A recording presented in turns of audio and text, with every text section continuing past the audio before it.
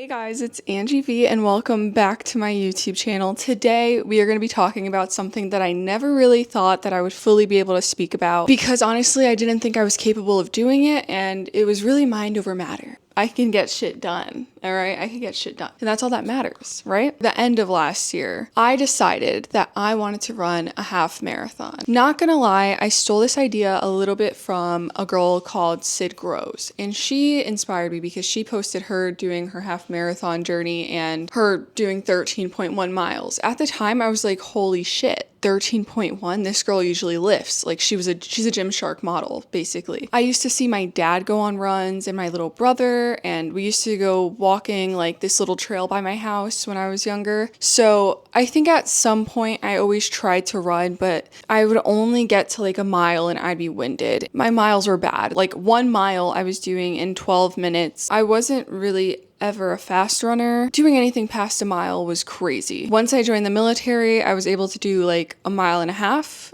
and that was my max because that's what I needed to do in order to get into the military. 3 years ago, I started lifting and I got really beefy, and you can hear more about my lifting journey through my YouTube channel, but I was lifting and I was not doing cardio. Then I decided to tell Isaac, I want to do a half marathon, and he said, I will do it with you. At this point, I had already done maybe like 4 miles on my own, and it was rough. The girl that I saw do the half marathon, she recommended this app called Runna. Runna has been getting a lot of slander, but Runna has carried me through both my half marathon and my full marathon, and I stand by Runna. You just have to be honest with the app because I really do think it's AI generated, but you have to be honest with the app to get honest results. If you have only done like a 5K, which is like 3.1 miles, if you've only done that, say the truth and say your real time. If you haven't even done that, say your mile, just give an example and be real with it because that's what's going to make your plan. And the Runna app gave me a 4.5 mile run right off the bat. And I told myself, I've never ran 4.5 miles. How am I going to do this? Someone said, run as slow as you can. Try not to stop.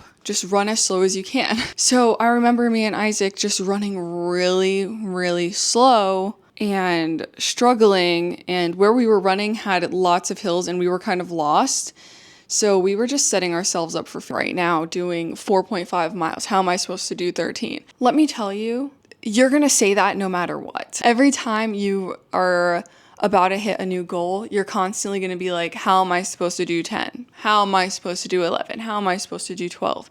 And somehow you just keep impressing yourself and your body gets used to it. Isaac was very much into the bare minimum when it came to running. He didn't like using gels. He didn't like using electrolytes. I was making sure I was eating carbs. Maybe when I was doing my half marathon, maybe a little too many carbs because I gained a lot of weight because I wasn't tracking properly and I would think I was overeating. I made sure I bought all the gear, and I even bought cool sunglasses because honestly guys, look good, feel good is a real thing. Invest in yourself, invest in your exciting new journey. That's what I believe in. I started with Goose. I started with Limit electrolytes, and I've been using these, but I just heard that they're bad for you and they're putting bad stuff in there, so I'm switching over to a new electrolyte. We were running maybe 3 times a week, 2 shorter runs, 1 easy, maybe 1 speed work, and then a long run on Sundays. And we were doing that over and over again for maybe 16 to 18 weeks. Experienced black toenails and my toenail falling off, and my toenail is about to fall off again. It's already raised, and it's the same toenail that fell off in January. And I remember crying a lot during that training. It was even more fun to compare times with Isaac and just be on that running journey with him and getting to say we ran a half marathon together. We ran an unofficial half marathon together. 10 out of 10 experience. I think a half marathon is like a really good distance. Like 13.1 is a comfortable distance compared to a whole marathon. After my half marathon, because I lost toenails and stuff, I just didn't feel like a marathon was going to happen this year. Talked myself out of it a little bit. I felt really fluffy and I felt really weird about my body. So I got really serious into going on a cut and losing fat because I gained so much fat while running. And that was my own fault. I wasn't lifting as consistently as I should have been. I was lifting maybe 3 times a week, and those 3 days wasn't productive or as productive as it should have been. My best friend from home, Julia, who I ran my marathon with, I texted her because she said that she wanted to run a marathon in October. At this point, I was like, that is really close, because I texted her in July, maybe. I texted her in July, and I texted her this, and I was like, oh my God, we're gonna have maybe like 15 or 14 weeks to train for a marathon if I do this. So I decided to fly home, and I found a marathon for October. My half marathon was January 11th. My full marathon was October 11th. My lucky number is 11. That same day, I called my parents and they bought my ticket to fly home, and I bought my race ticket, and that was it. We started marathon training. It was scary at first. The idea of having to run anything more than a half marathon was scary to me. I don't know why, but I did it. And I did it, and I did it, and I did it. Throughout the process, me and Julia would literally text each other. We would make sure we're on the same game plan. We made sure we were checking in with each other. Every time we had a run scheduled, we would send it to each other. We'd send each other's paces. I was lifting 5 times a week. I think Julia was lifting 3, but Julia's a nurse, so y'all know how those schedules are crazy. I was hitting 3 leg days still and 2 upper body days, and I was still running on those days that I was lifting. And I was scared that maybe I was overtraining, but I was so paranoid from my half marathon and under training that I was willing to risk it. I took it a little bit easier. I wasn't doing any crazy lifts like squatting or benching or anything along those lines, but I was making sure that I was stretching properly and rolling out properly. I got like a foam roller, and I was foam rolling maybe before and after each run, even if it was for like 5 minutes. Most of our runs, we were doing the same pace. We were consistently doing around like 10:20, 10:45 mile paces. Well, I hit a lot of personal bests while training for my marathon, and I really did get faster. I did a mile in 8 minutes, and I was like, who am I? I did my 20-mile run, and my friend Hubble, she surprised me, and she brought me all these snacks and water, and I think that fully got me through my 20-miler, because holy shit, she like rejuvenated me, and I felt just so happy to have someone supportive like that and just kind of watching me, and she was texting me. So having a good support system really does make it all better. But if you're going through something and you just decide to go run, trust me, you will zone out and forget about all the problems in your world because you're just focusing on breathing and running. And yeah, my 20 miles went really well, and I kept up a pace of 10:50 the whole time. So I was like, wow, 26.2 has nothing on me. But then every run after that was going downhill, and they were easy runs. I was only doing maybe a max of 7 miles, and it felt like every run was really hard and slow, and I was even stopping, and I was like, I don't know how I'm gonna run 26 miles when I'm struggling with 7 all of a sudden. But nevertheless, I've had a flight and I had a goal, and my goal was to get my little medal. I made a whole marathon vlog, so if you guys want to see it, feel free to see it. Yeah, so I flew home. They decorated their whole house and made everything so special and full of life, and I was so excited to be running in Connecticut, where it's a little bit cooler outside. The leaves were already changed, everything was orange and pretty, and it looked like a Gilmore Girls scene. I was ready for 26.2. I had nothing on me. I carb loaded that week.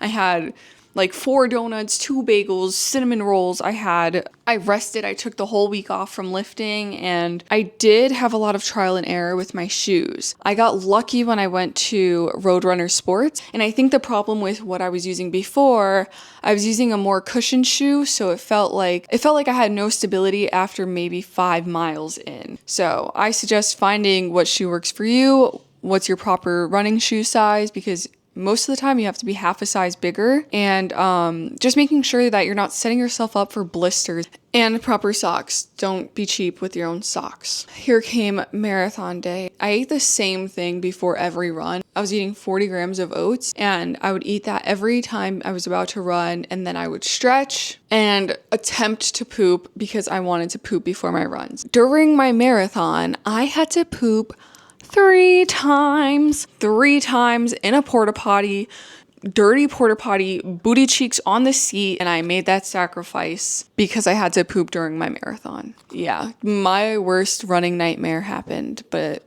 you get past it. We got to the start line. Me and her were using different apps, but we started both way too early, so our miles a little bit off. We were like 0.30 off of each mile. Anyway, so we're running. Julia had already started chafing at like mile 4 and she was having shoe problems. We were both pretty solid. We even shared headphones and just communicated with each other. I vlogged and we were just listening to the same music. It was really fun. We had a really fun time. Mile 14, when we first stopped to get a water refill from like her boyfriend and Isaac, we were kind of shot. We were kind of done, and there was kind of a lot of hills. I'm not gonna lie, hills that we did not train for. We tried to start as slow as we could, but for some reason our pace was around like 10:20 when we started. Yeah, we were trying to slow it down, and I think maybe that's what set us up for failure towards the end, maybe starting off too strong. Or when you're training for a marathon, you don't really think about all the people that are going to be running beside you and like how you're going to have to weave through people or maybe not be so in everyone's way.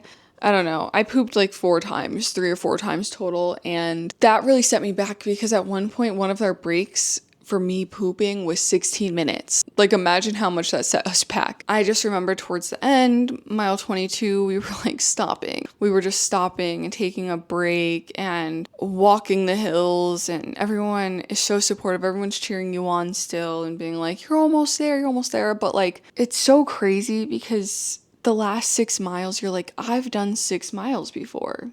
I've done 6 miles. Why does 6 miles feel so haunting? It's because when you stop, you feel all the sharp pains and you feel all of your body just begging you to just sit down. And then when you start running again, you're running literally in slow motion, probably at still a walking pace because you're in so much pain trying to start again. And it's just crazy because when I was doing 20 miles, it didn't feel as intense as the way that last 6 miles felt. So yeah, the last 2 miles we ran straight, but I wanted to stop. I even said, Julia, there's a hill. Let's stop. A hill.